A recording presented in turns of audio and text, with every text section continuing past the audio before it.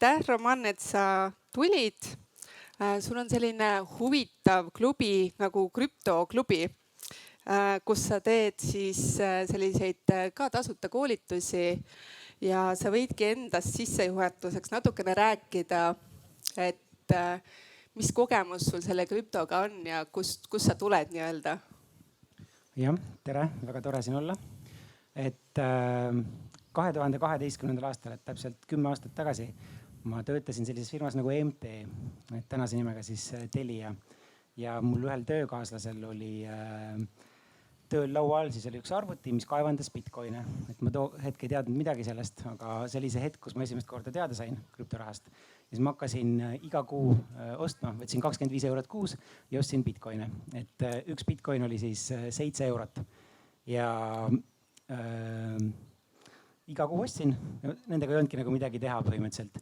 Et mul ei olnud mingit plaani, ma ei arvanud, et ma saan rikkaks või midagi sellist. Aga siis 2014 aastal tegin ühe vea, et mida ma võib-olla täna siis räägin rohkem ka, aga põhimõtteliselt ma ei hoidnud neid bitcoine, mis ma ostsin, ma ei hoidnud enda käes, vaid ma usaldasin teistel inimestel seda raha hoida. Ehk ma hoidsin neid ühes krüptobörsil, selle nimi oli MT-Cox, sinna häkiti sisse ja sealt varastati üle 1 miljoni bitcoini ära. Et sellega seoses siis varastati minu 27 bitcoini ka ära ja jäin nagu kõigest ilma. Mis selle väärtus oli, millest sa ilma jäid sellel hetkel? Üks bitcoin oli siis umbes 300 eurot, et ma peast umbes ei tea, aga paar tuhat eurot. Et praeguse kursiga on ju 30 000 kuskil, et see oleks circa 1 miljon eurot. Wow. Ja. Aga siis oli paar aastat oli paus, et ma ei ostnud neid bitcoini enam. Ja 2017 aastal ma läksin tööle ühte firmasse, mille nimi oli siis YOLO Grupp, siiamaani töötan seal. Ja põhimõtteliselt ainuke põhjus, miks ma sinna tööle läksin, et see ettevõte tegeles krüptorahaga. Ja kui ma sinna tööle läksin, siis ma hakkasin iga kuu võtsin oma palgast 30% ja ostsin selle eest bitcoine. Siiamaani teen seda iga kuu ja see on rahaliselt kõige targem otsus, mis ma olen kunagi teinud. See on väga super. Et sa võid rääkida krüptoklubist ka, et me oleme Romaniga teinud natukene koostööd, proovinud juurutada sellist krüptorahaga maksmist minu veebis siis disainiteenuste eest, et me katsetasime seda. Aga me siis jõudsime otsusele, et praegu vist seal olid tasud olid natuke liiga kõrged, et kommertslikuks seda panna. Ja et Küllike on teinud krüptoklubile brändingu, et kui te lähete, otsite üles guugeldate krüptoklubi, lähete meie Facebooki lehele või Instagrami lehele või kuskile, et siis meie logo ja kuidas see kõik välja näeb, et see on Küllikese poolt tehtud. Super, hea töö minu arust. Aitäh sulle. Et proovisime siis teha, et üks minu tingimus oli siis Küllikesel see, et ma maksan talle krüptorahas ja me tükk aega pusisime sellega ja lõppkokkuvõttes ma maksin ikkagi eurodes vist, on ju? Ma ei maksnud krüptorahas. Lõpuks jaa, aga me katsetasime, seal oli hästi palju programme, hästi palju süsteeme, pidime konvertima hästi palju erinevatesse krüptovaluutadesse asju. Ja, et tegelikult krüptorahast sulle maksta oleks on nagu hullult lihtne, aga probleem oli selles, et sina tahtsid lõppkokkuvõttes saada eurosid, on ju. Et see on see, mis muutis selle keeruliseks. Aga kui sa oleksid ütelnud, et ma olen õnnelik näiteks, et sa annad mulle bitcoine ja ma hoian neid bitcoine, siis oleks see väga lihtne. Järgmine tellimus tuleb krüptos. Siis see läheb mu portfelli. Ma lihtsalt tahaks, et see oleks 5% umbes ainult. Et kõigepealt ma alustan nii-öelda kinnisvarast, teen sellise turvalisema valiku. Aga selles sa saad ka rääkida mingi hetk. Et sina oled hästi selline krüptofänn ja sa ei karda seda, eks ole? Ei karda jah. Et ma tegelikult ei jõudnud selleni, et krüptoklubist ei jõudnud rääkida, ma räägin natuke krüptoklubist. Et eelmise aasta oktoobris siis ma jõudsin sinna maani, et ma käisin eelmisel aastal siis erinevatel krüptokonverentsidel ja käisin Miami's oli Bitcoin 2021, kus YOLO oli üks sponsoreid, see ettevõte, kus ma töötasin, me loosisime välja Lamborghini.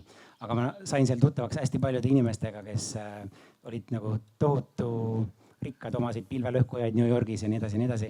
Ja see avas mu silmad natukene, et mis see krüptomaailm, et mida see võib nagu tähendada, kui edukaks võib seal saada. Ja siis ma mõtlesin, et ma toon selle nii-öelda edu kaudselt Eestisse ka, et ma nagu hakkan teistele rääkima sellest rohkem. Et nagu nii tööl ma olin seda juba teinud mitu aastat. Ja siis saigi see krüptoklubi loodud ja see eesmärk on meil siis tasuta krüptoraha haridust Eestis pakkuda. Et üritame teha üritusi, kus me üle 2 nädala kutsume inimesi rääkima, kes on siis oma ala mingid asjatundjad, kes räägivad siis konkreetsemalt mingitest krüptoasjadest, näiteks krüptoraha kaevandamine, krüptorahaga kauplemine. Viimati käis Marko Oolo rääkimas, kuidas talt krüptoraha ära varastati. Ja 12 000 oli vist või? $12,000, jah. Aga ta ütles, et see ei ole väga hull, et tal on nagu päris hea portfell, et kannatas selle ilusti välja, on ju. Ja et tema on väga sihuke, kes haldab väga hästi oma riske portfellis, et tal oli 4% kogu portfellist, mis tal vist on üle €1 000 000, et 4% sealt oli siis krüptorahas, et oli täpselt selle mingi teooria järgi välja arvutanud, et rohkem sellest nagu ei oleks. Minul on siis vastupidi jah, et ma ei vaata neid riske üldse, et mul on 95% portfellist krüptorahas ja ma ei tee mingeid tehinguid sellega, ma lihtsalt ostan ja hoian, mis pikas perspektiivis on super hea strateegia olnud. Muidugi viimase poole aasta jooksul on see tähendab, et portfelli väärtus on poole võrra vähenenud.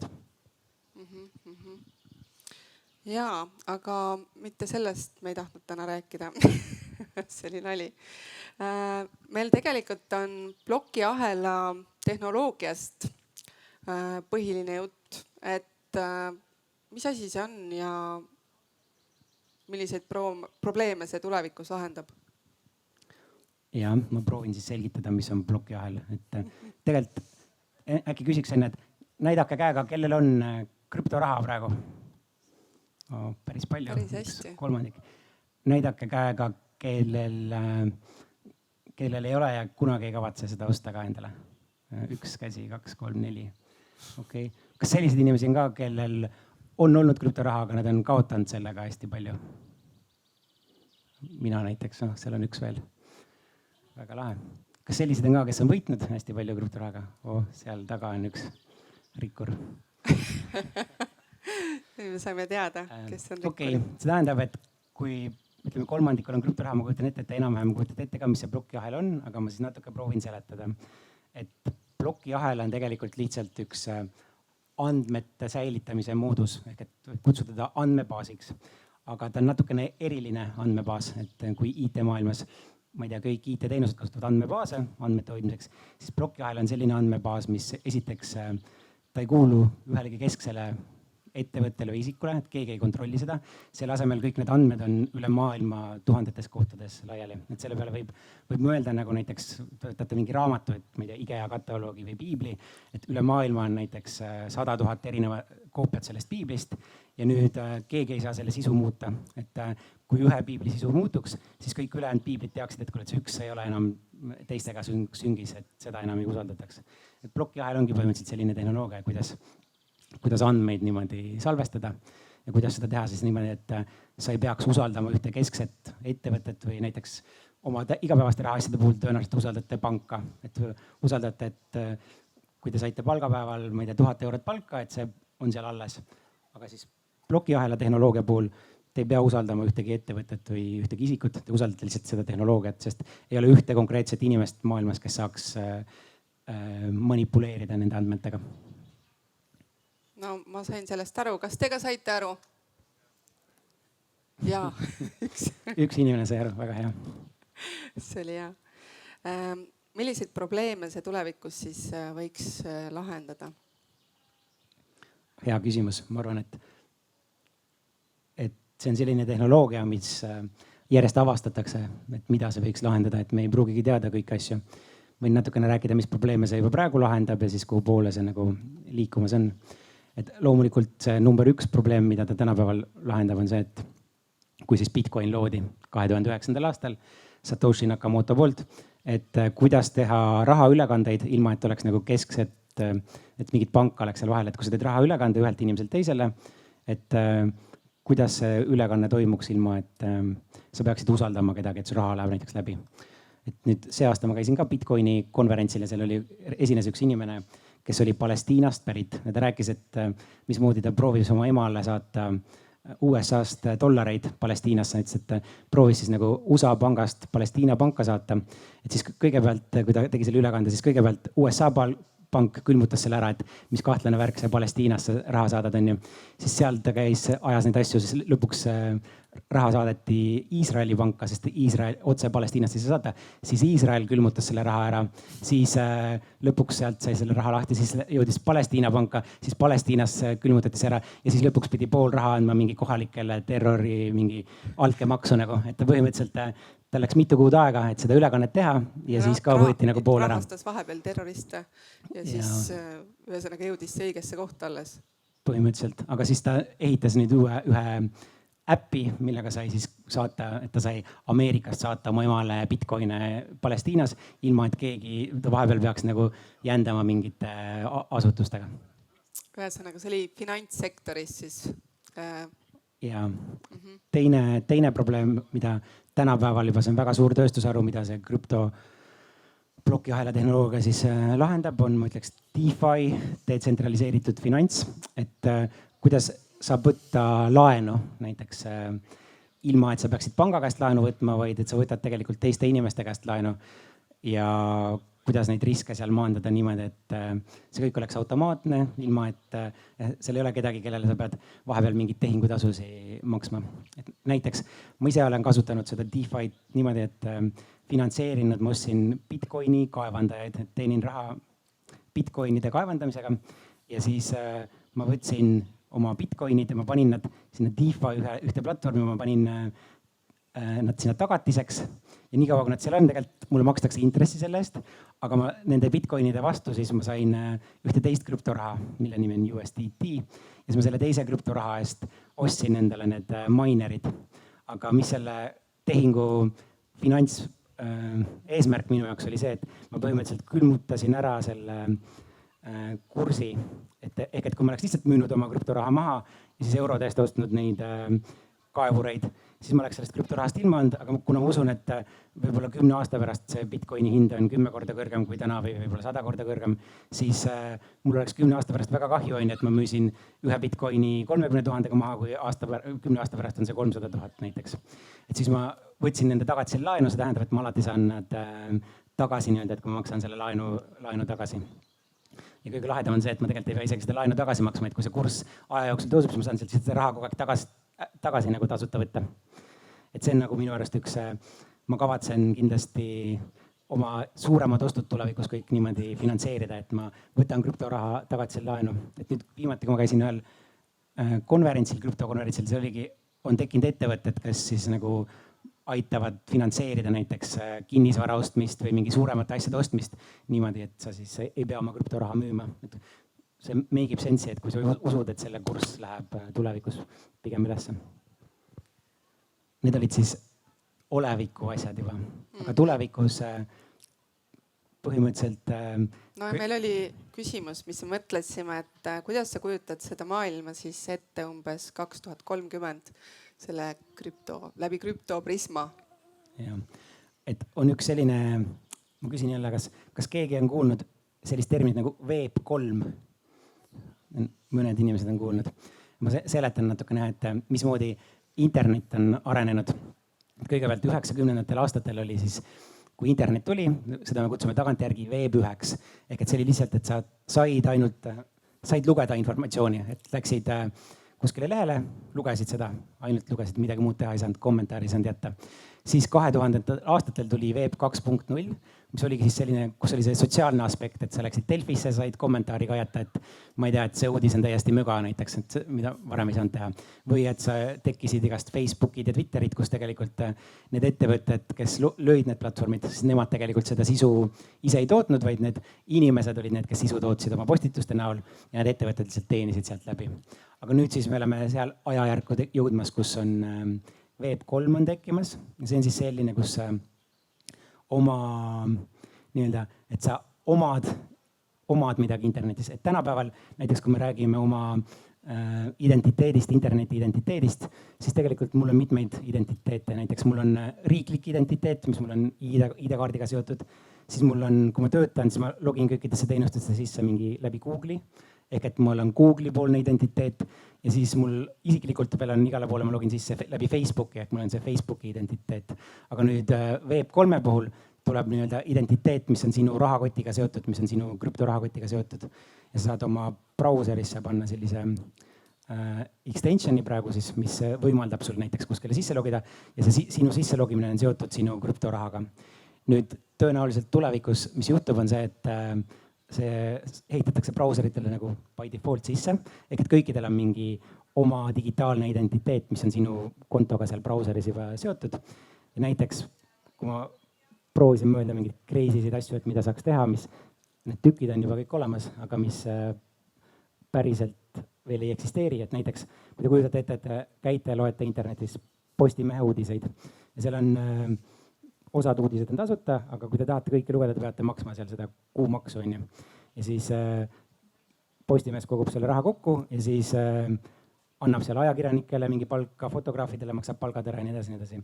Aga tulevikus vabalt võiks olla, et kuna sul on juba see rahakott on sinu brauseriga seotud, siis tegelikult otse, kui sa lähed kuskile uudisteportaali, sul on ühest küljest on ajakirjanik, kes on selle loo valmis kirjutanud ja tema on oma sellega ära sidunud oma rahakoti ja siis sul on võib-olla fotograaf, kes teeb pilte ja ütleme, et kõik need pildid on tulevikus näiteks NFT-d, mis on siis seotud ka ära selle fotograafi rahakotiga, siis täiesti vabalt võib olla niimoodi, et näiteks kui sa mingit artiklit tahad lugeda, siis su brauser maksab selle artikli eest ja siis automaatselt makstakse kohe, ma ei tea, iga lugemise eest ajakirjanik saab 5 senti, fotograaf saab 5 senti, näiteks ilma, et seal vahel peaks ka olema mingit sihukest organisatsiooni, kes seda tegelikult haldab. See on lihtsalt üks näide, et neid asju võib olla tegelikult sadu ja tuhandeid. Et 10 aasta pärast ma arvan, mis on see, et praegu maailmas on siis nagu 2 erinevat asja. Et ühest küljest on see, et mis alguse sai krüptoraha loomisega, et selline liikumine, mis nagu mõtleb, et tahaks, et anname inimestele selle power to the people on ju, et anname kõik inimestele. Teisest küljest on, mis nagu riigid üritavad saavutada, et kõik keskpangad mõtlevad juba praegu seda, et kuidas oma mingit digitaalset eurot luua või kuidas digitaalset dollarit luua. Et ma isiklikult arvan, et tõenäoliselt mõlemaid saadab edu, aga ma olen kindel, et riigid loovad oma krüptorahad ja ütleme, kui meil tuleb 10, 15, 20 aasta pärast on riiklik või ütleme Euroopa Keskpanga loodud krüptoraha, siis vabalt võib olla näiteks see, et kui sa oled pensionär, siis selle asemel, et sa praegu saad pensionit 1 kord kuus. Miks sa saad 1 kord kuus? Sellepärast, et vanasti pidi manuaalselt raha välja maksma, väga tüütu oli nagu tihedamalt maksta. Aga võib-olla sa saad siis 1 kord nädalas või 1 kord päevas või võib-olla 1 kord tunnis. Et miks mitte? Et ma näen, et sellel võib mingi eelised olla, et selle asemel, kui sa oled mingi kuskil maakohas ja oled joodik, võib-olla pensioni jood maha kohe esimese 3 päevaga, siis võib-olla parem on natukene iga päev sulle anda seda pensionit. Ja hajutamine on ja riskide hajutamine, et see oleks väga kasulik. Vaatasin, et sa ütlesid, et igaüks võib anda võib-olla kunagi mingisuguse oma krüptoraha välja. Et vaatasin, JP Morgan coin on mingisugune olemas, on ju, et mingi pank juba siis on andnud. Konkreetselt selle coin'i kohta ma ei oska öelda, kas see on nende antud, ma ei usu. Ma arvan, et keegi lihtsalt tegi mingi coin'i ja pani talle sihukese nime. Et sa võid ka oma krüptoraha panna ja sa võid talle nimeks panna mingi Elon Musk coin, et keegi ei saa sind takistada. Pärast võib-olla, kui nad saavad teada, et kes see seal taga oli, võib-olla kaevatakse sind kohtusse.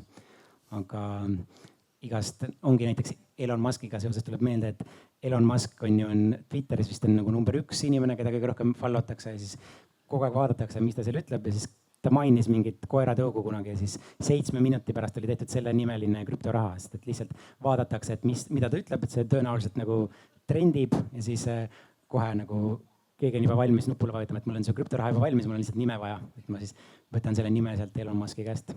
Et kas igaüks saab siis teha ise krüptoraha või? Sina ka, on sul tehtud juba? Ja igaüks saab, mul ei ole tehtud, ma arvan, et selleks kõige parem on, kui sul on arenduse oskused, et sa oled programmeerija, aga tõenäoliselt on võimalik ka ilma nende oskusteta teha, et kindlasti leiab internetist mingeid juhiseid. Ma ei ole ise proovinud kui teha, et kokku on maailmas siis praegu kusagil 20 000 erinevat krüptoraha, aga enamus nendest, ütleme, et top 10, et Bitcoin on kõige suurem, Ethereum on suuruselt number 2, 3 on USDT, et enamus sellest krüptoraha, mis seal see 20 000 üldse see raha seal sees on, nad on tegelikult enamus seal top 10 või ütleme nendes mõnes suuremas krüptorahas, siis seal allpool nagu selles inglise keeles on see long tail, seal on siis hästi palju 10 000 mõttetuid krüptorahasid, millega kunagi midagi lahedat ei juhtu. Et mu sõnum on see, et krüptoraha on küll lihtne teha, aga keeruline on see, kuidas sa saad inimesed seda kasutama, et see on tegelikult nagu turunduslik probleem, mitte tehnoloogiline probleem. See oli huvitav vaatenurk. Aga need valdkondadest siis rääkides, et see plokiahela tehnoloogia, kus ta veel saab nagu kasulik olla, et ma nägingi mingit videot, et asi ei olegi nendes krüptorahades konkreetselt, et see tehnoloogia nii-öelda võib veel kuskil kasulik olla, et ma siin lugesin näiteks meditsiini kohta ja mõne kohta veel, et on sul mingi näide? Ja et meditsiini kohta on toodud siis siukseid lahendusi, et Eesti on selles mõttes halb riik või halb näide, et me oleme nii arenenud juba, et meil on hästi palju digitaliseeritud, meil on digilugu, meil on ID-kaart, aga teistes riikides ei ole siukseid asju ja me kipume unustama seda, et teistes ei ole.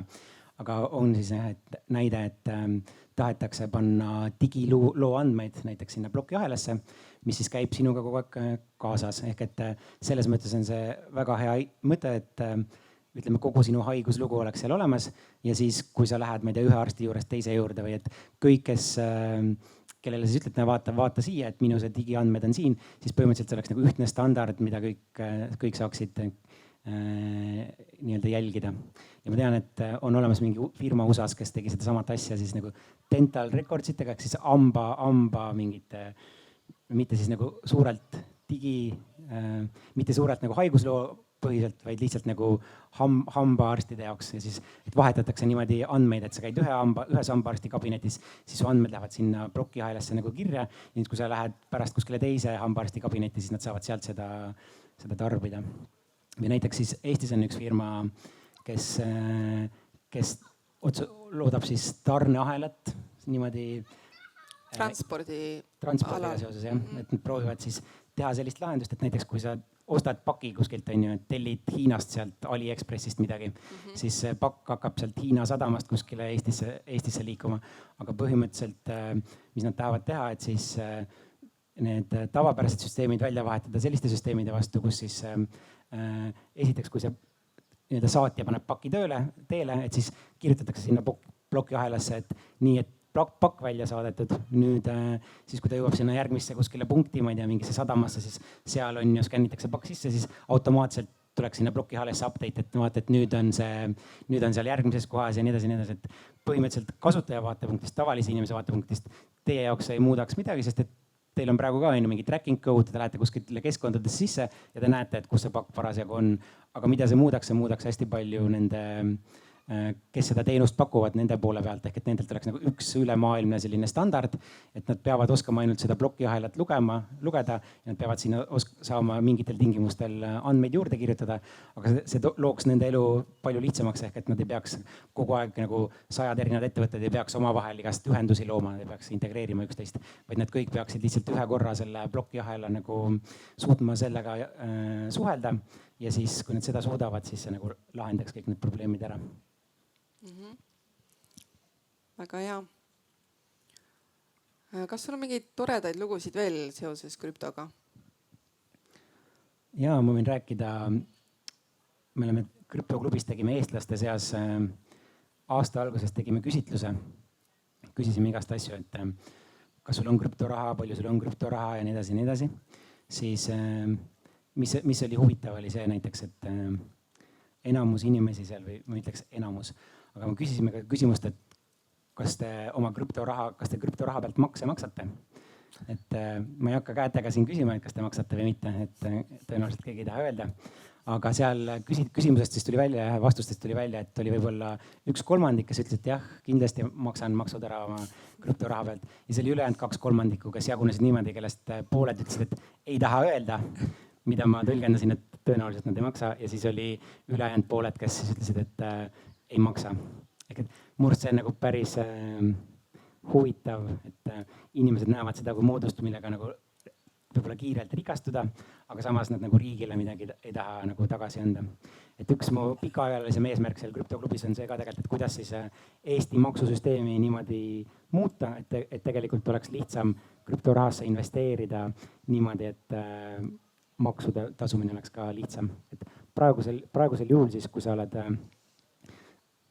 tahad krüptorahaga tegelema hakata, siis sa pead mõtlema, et kas sa tegeled sellega kui eraisik või sa tegeled sellega kui ettevõte. Ja kindlasti on kasulikum tegeleda sellega kui ettevõte, sest et ma räägin, toon näite, et mismoodi eraisikuga on. Et oletame, et te teete eraisikuna siis krüptorahatehinguid ja te näiteks teete aastas 100 tehingut, et ostate krüptoraha, müüte krüptoraha. Võib-olla 99 esimest tehingut te kogu aeg teenite natukene kasumit ja nüüd 100. tehinguga te kaotate kogu oma raha ära. Ehk et kokkuvõttes te olete pankrotis, teil pole mingit raha enam.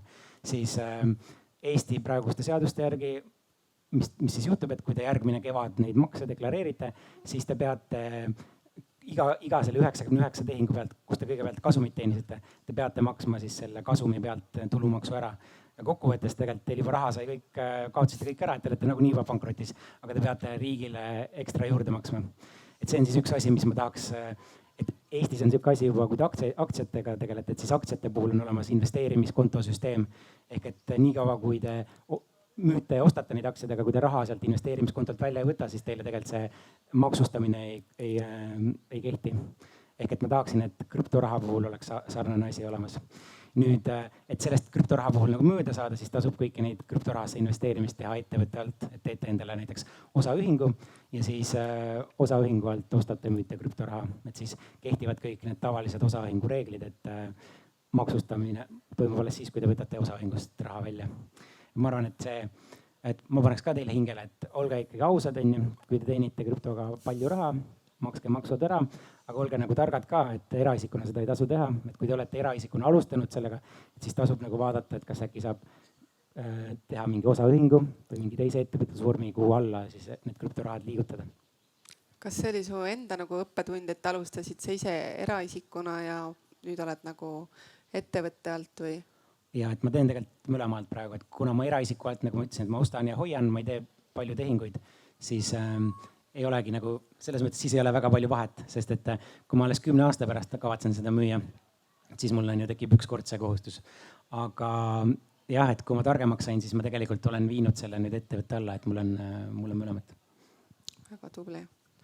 Eks ma loodan ka kunagi alustada sellega rohkem, et kui ma olen oma selle portfelli baasi nii-öelda turvalise osa ära teinud, et siis kavatsen 5% teha seda krüptot ka. Aga miks mitte kohe 90% krüptosse? ma ei ole nii riskialdis nagu sina, ma arvan. Et ma tahaksin tekitada sellise asja nagu cash flow esiteks, mis hakkab natukene sisse tooma ja siis riske ajutama, et siis saab nagu vabamalt mängida sellega. Ma võin rääkida, et krüptorahaga on ka võimalik cash flow tekitada. Et krüptoraha puhul on selline asi siis nagu kontseptsioon nagu steikimine, ehk et sa võtad oma krüptoraha ja siis sa põhimõtteliselt hakkad sellega intresse teenima. Ehk et on erinevaid krüptorahasid, mõndade puhul on see võimalik, mõndade puhul mitte. Mõndade puhul kasutatakse seda sõna vales tähenduses, et peab aru saama nendest erinevatest steikimise tüüpidest ka, aga mõned nendest, ma ütleksin, on nagu suhteliselt riskivabad, aga kindlasti on ka palju väga riskantseid mooduseid.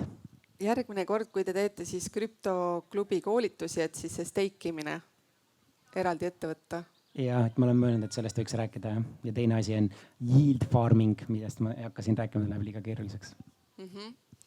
Et me tegelikult tegime ühe koolituse Romanniga siin jaanuaris-veebruaris ka mulgirahatarkuse Facebooki lehele. Seal on videode all selline nagu baaskoolitus on ja krüptoalal.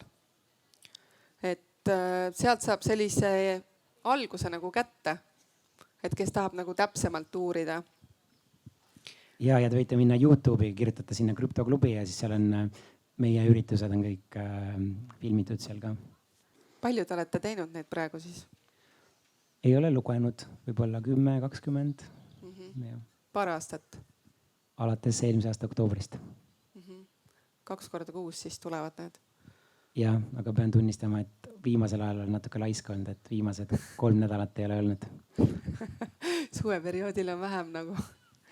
Okei, kas sa tahad veel midagi krüptost mainida, mis on nagu oluline, mis on praegu ütlemata?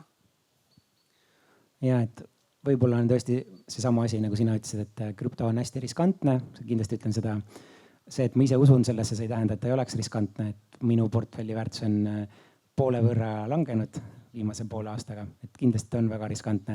Ja kui keegi sõber ütleb teile, et kuule, et kas sa oled kuulnud mingi väga lahe krüptoraha on, et kindlasti kui sa seda ostad, saad rikkaks, ära usu oma sõpra.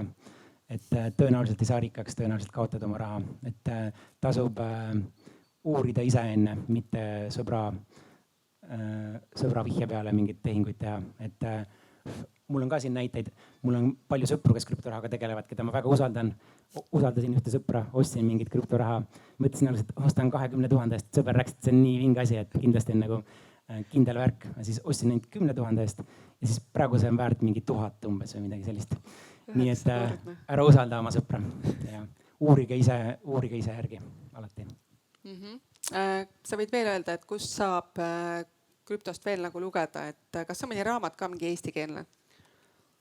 Kindlasti on ja ma tean, et Eestis on see Asse Sauga, kes on teinud ühe krüptoraamatu. Ma seda nime ise ei tea, ma ise ei ole seda raamatut lugenud ka, ma ei oska öelda, kas on hea raamat või mitte. Aga ma eeldan, et on hea raamat, et tundub, et ta teab, mis ta räägib.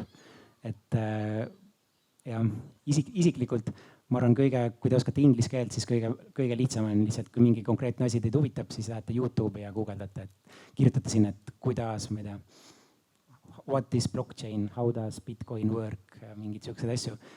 Ja siis saate lihtsa ajaga targaks. Aga kõige parem on muidugi tulla Facebookis krüptoklubi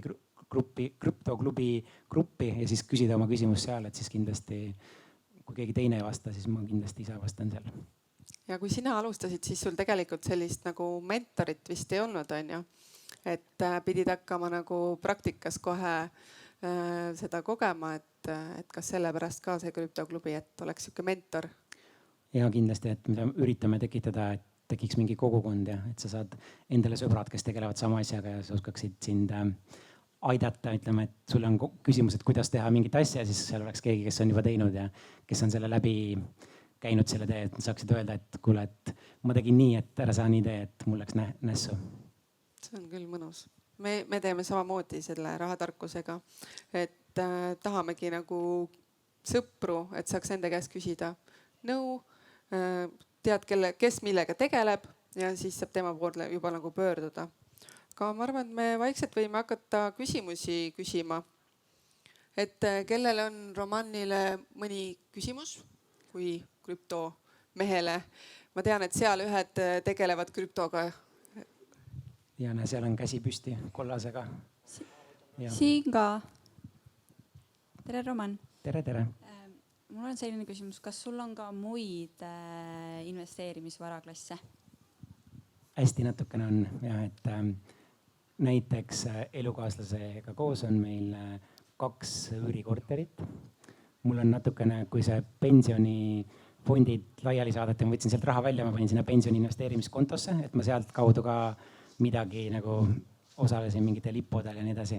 Ehk natukene on, aga põhimõtteliselt ma nagu selle peale ei panusta eriti, et ma panustan pigem selle peale, et see krüptoraha, et kuna ma usun sellesse nii tugevalt, sellesse tehnoloogiasse ja kui sa saad aru, mismoodi see töötab ja kui palju Bitcoine saab üldse olemas olla ja nii edasi, et siis ma pigem arvan, et see on õige tee.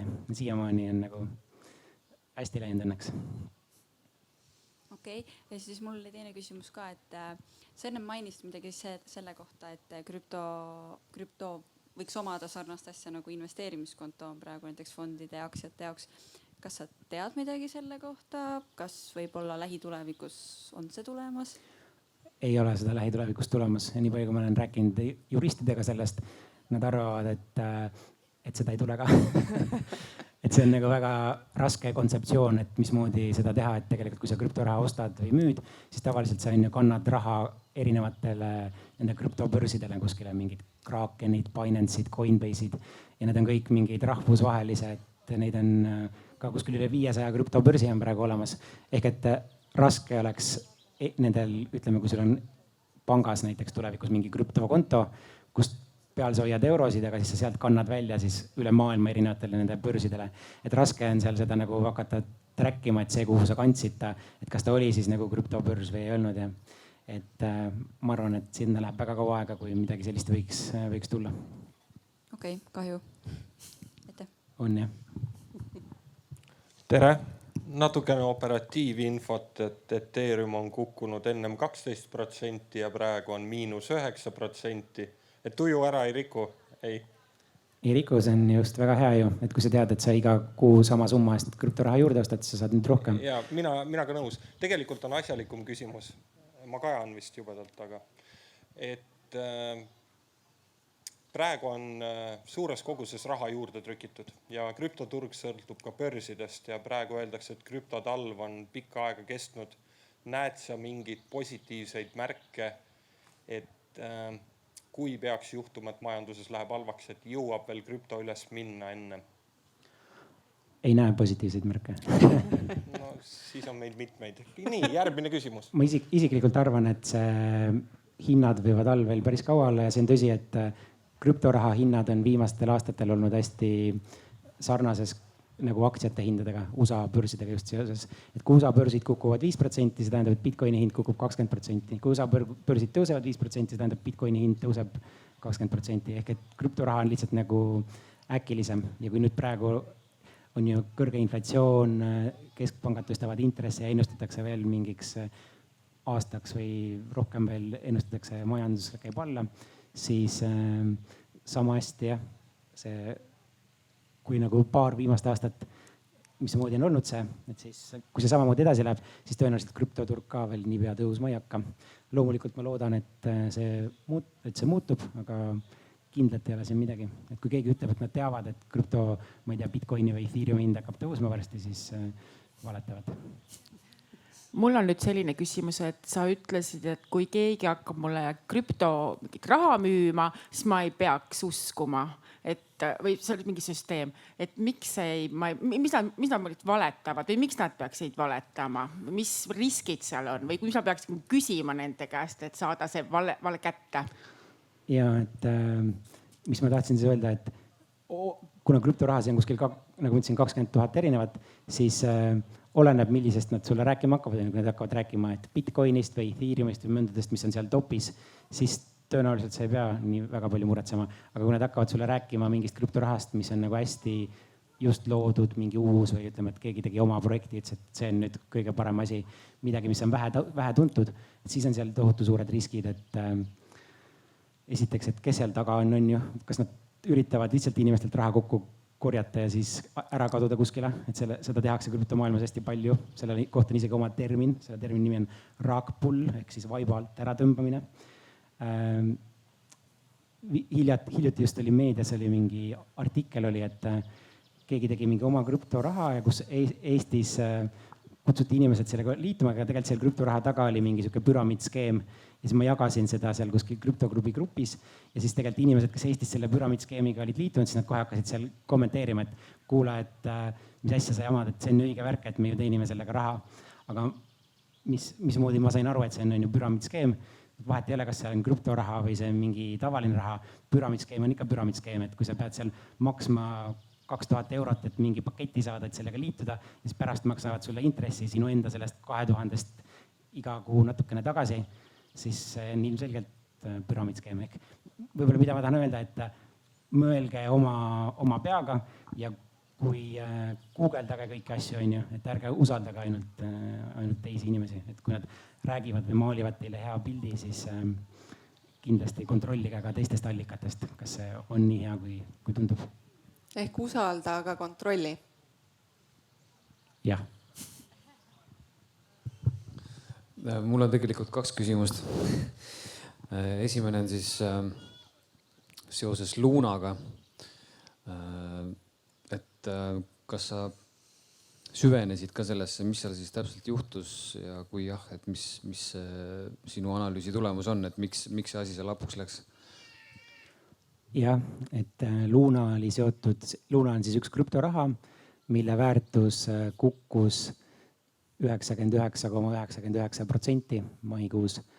See krüptoraha oli seotud ühe teise krüptorahaga, mille nimi oli USD, mis on siis stablecoin või selline krüptoraha, mis alati on väärt $1.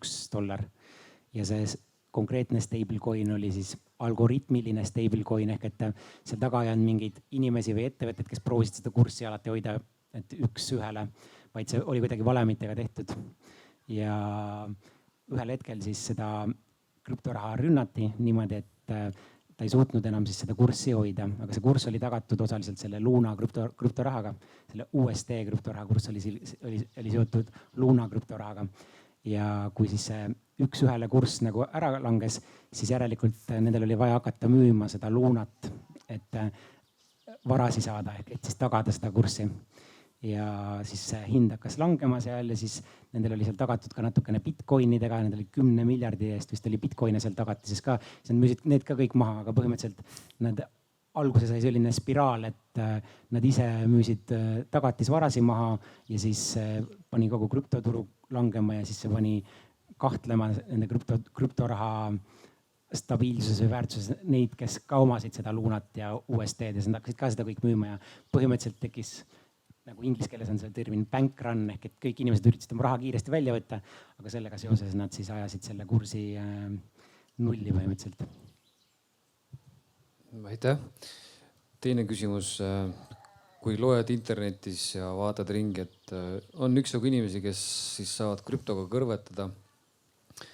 Kuidas sa kirjeldaksid sellist keskmist, kuidas sa profileeriksid seda inimest, kes läheb krüptosse ja ta saab seal kohe alguses vastu pükse korralikult? Ma tooksin välja, et me tegime krüptoklubis selle küsitluse, kus me küsisime seda ka tegelikult, kas te olete saanud petta või kõrvetada kuidagi krüptorahaga ja siis sealt tuli välja, et eestlastest kuskil 20% inimestest on siis sattunud mingi kes tegelevad krüptorahaga, on sattunud mingite krüptoskämmide ohvriks. Et kui te siin ringi vaatate, et näete 5 sõpra on, siis 11 tõenäoliselt on, kui te kõik krüptoga tegelete, siis 11 tõenäoliselt on sattunud mingi skämmi ohvriks. Ma arvan, et hästi raske on tegelikult isegi mitte sattuda nende skämmide ohvriks, et sa pead väga turvateadlik olema ja oskama oma krüptorahaga ringi käia. Et näiteks ise just ma üks päev peaaegu langesin ühe skämmi ohvriks. Et väga täpselt, kui sa oled inimene, kes arvutis tuleb mingi pop-up ja vajutad okei, ei loe läbi, mis seal juhtub, siis võib-olla see okei oli see, et sa andsid õiguse kellelegi sinu raha ära kanda. Et võib-olla jah, ma ei teagi, et kuidas ma profileerin, aga kui sa oled see inimene, kes selle raha kaotab, siis sa tõenäoliselt ei ole tähelepanelik inimene, sa võib-olla ei süvene asjadesse ja sa oled niisugune uisapäisa, üritad kiiresti midagi teenima minna. Ehk siis kui keegi tahab krüptos kätt proovida, siis tuleks enne asjadega ennast kurssi viia kindlasti ja mitte minna kaasa siis mingisuguste suurte lubadustega kellegi poolt. Ja kindlasti tasuks teada näiteks, kuidas oma raha hallata, et on olemas hot wallet'id ehk need krüptorahakotid, mis on internetiga ühendatud ja on olemas gold wallet'id ehk need krüptorahakotid, mis ei ole internetiga ühendatud. Ehk et kui teil on juba mingisest summast suurem summa, siis tasub osa hakata kandma sinna gold wallet'isse ehk et kuna ta ei ole internetiga ühendatud, siis sinna ei saa sisse häkkida, et tasub teada siukseid mingeid fundamentaalseid asju. Ja see oli sama asi, mis sina siis tegid, võtsid kasutusele pärast selle cold wallet'i nii-öelda? Ja, et mul on ju hot wallet'id, kus mul on mingi väike raha, kus ma tahan mingeid tehinguid teha. Tavaliselt ma lihtsalt mu tehingud on, ma näitan teistele, kuidas tehingute tegemine käib seal krüptoklubis. Aga siis enamus raha hoian nendes gold wallet'ites, et oleks kindel, et keegi ei saa sinna sisse äkkida ja et mul uuesti seda raha ära ei varastataks. Üks küsimus tuleb veel. Ma saan aru, et sinu siis investeerimisportfell on suuremalt osalt krüptobaasil. Kui nüüd tuleb kellelgi on huvi krüptoga alustada, tal on mingisugune investeerimisportfell olemas, ütleme mingid kinnisvarad, laenud, võib-olla mingid aktsiad, asjad kuskil. Et siis mis sina nagu näed, et kui suure osa enda portfellist võiks ta nagu siis alguses sinna krüptosse panna nende proovimiseks, mängimiseks? Ma ei ole võib-olla parim inimene, kelle käest seda nõu küsida, kuna mul endal on nii palju pandud, aga tõenäoliselt, kui mõelda nii-öelda neutraalsest vaatepunktist, siis tuleks lähtuda mingitest erinevatest portfelli riskistrateegiatest ja umbes nagu Marko Olo ütles, et temal on 4% see, võib-olla see on nagu midagi tavalisele inimesele. Sõltub on ju, millise riskitasemega sa oled ja mida sa ootad. Ja need portfellid on igal ühel siin erinevad ja peategi iseenda tunnetuse põhjal selle lõpuks koostama. Ja, et ma tooksin seda ka välja, et miljardärid tihti ei diversifitseeri oma portfelle ehk et näiteks kui sa vaatad top mingi 1000 miljardäri maailmas, vaatad, kus nende varad on. Okei, seal on mõned inimesed, kes on investeerimisega saanud miljardäriks, näiteks Warren Buffett, aga enamus inimesi on ettevõtlusega saanud miljardäriks ja nendel on a la, et 90% varadest on mingis konkreetses ettevõtmises, ehk et nad on väga nad käivad vastu tegelikult sellele tavalisele investeerimisloogikale. ma olen ka seda kuulnud, et öeldakse küll, et hajutage neid riske, aga tegelikult kui sa paned ikkagi ütleme suurema summa, siis sul on rohkem sealt ühest kohast võita ka. Ja öeldakse, et miljonärid hajutavad, aga miljardärid ei hajuta. Mul oleks niisugune küsimus, et kui sa ütled, et sul on üle 90% on krüptovaras ja investeerides öeldakse, et tuleks mängida selle rahaga, mida sa oled valmis kaotama, siis kuidas sa oled endale selgeks teinud selle, et selle üle 90%-ga sa magad rahulikult? Ja, et kui ma olen kogu aeg tööl käinud, siis ma olen mõelnud niimoodi, et ma saan töölt piisavalt palju palka, et ma elan selle eest väga hästi ära, et kui ma kaotaks kogu oma selle krüptoraha, et mu elus midagi ei muutuks. Küll aga nüüd ma otsustasin aega, et ma tulen töölt ära ja selle tulemusel võib-olla ma pean nagu natukene ringi mõtlema, et kas ma pean tekitama mingi teistsuguse süsteemi natukene, et ma ei tea, võib-olla müün krüptoraha, ostan dividendi aktsiaid, et ma saaksin elada selle rahavoo pealt või midagi sellist, aga ja, see ei ole mulle erilist, ei ole mind muretsema pannud siiamaani. Väga hea, meil on 1 minut veel jäänud, et annaks siis Tšaga need asjad Romanile ja teeks talle ühe suure aplausi, et ta tuli oma kogemusi jagama meile. Aitäh sulle, Roman. Aitäh. Ja liituge kõik krüptoklubiga.